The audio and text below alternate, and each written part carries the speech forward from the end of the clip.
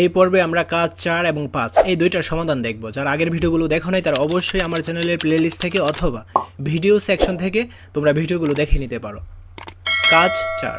কাজ 1। সাশ্রয়ী হই সঞ্চয় করি এ উল্লেখিত টেবিলটির একটি পৃষ্ঠের ক্ষেত্রফল ও তৈরিকৃত মডেলটির একটি পৃষ্ঠের ক্ষেত্রফলের অনুপাত কত হবে? চলো এখন আমরা এর অ্যান্সারটা দেখে নিই। কাজ 1।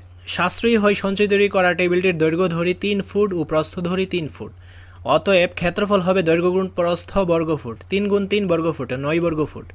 আবার কাজ 2 থেকে পাই তৈরিকৃত মডেলটি এক পৃষ্ঠের ক্ষেত্রফল সমান a স্কোয়ার, তো 9 অনুপাত a স্কোয়ার। তারপর 5। কাজ 1। সাশ্রয়ী হয় সঞ্চয় করি উল্লেখিত টেবিলটির সমগ্র পৃষ্ঠতলের ক্ষেত্রফলের সাপেক্ষে তৈরিকৃত মডেলটির সমগ্র তলের ক্ষেত্রফলকে শতকরায় প্রকাশ করে। চলো এখন আমরা এর অ্যান্সারটাও দেখে নিই। কাজ 1।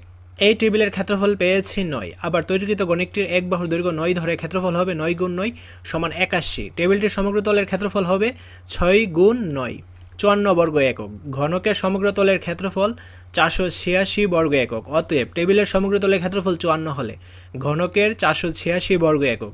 টেবিলের সমগ্র তলের ক্ষেত্রফল 1 হলে ঘনকের হবে 486কে 54 দ্বারা ভাগ করলে যা হবে তাই হবে বর্গ একক। টেবিলের সমগ্র তলের ক্ষেত্রফল 100 হলে ঘনকের 486 গুণ 100 আর 54 হবে নিচে বর্গ একক।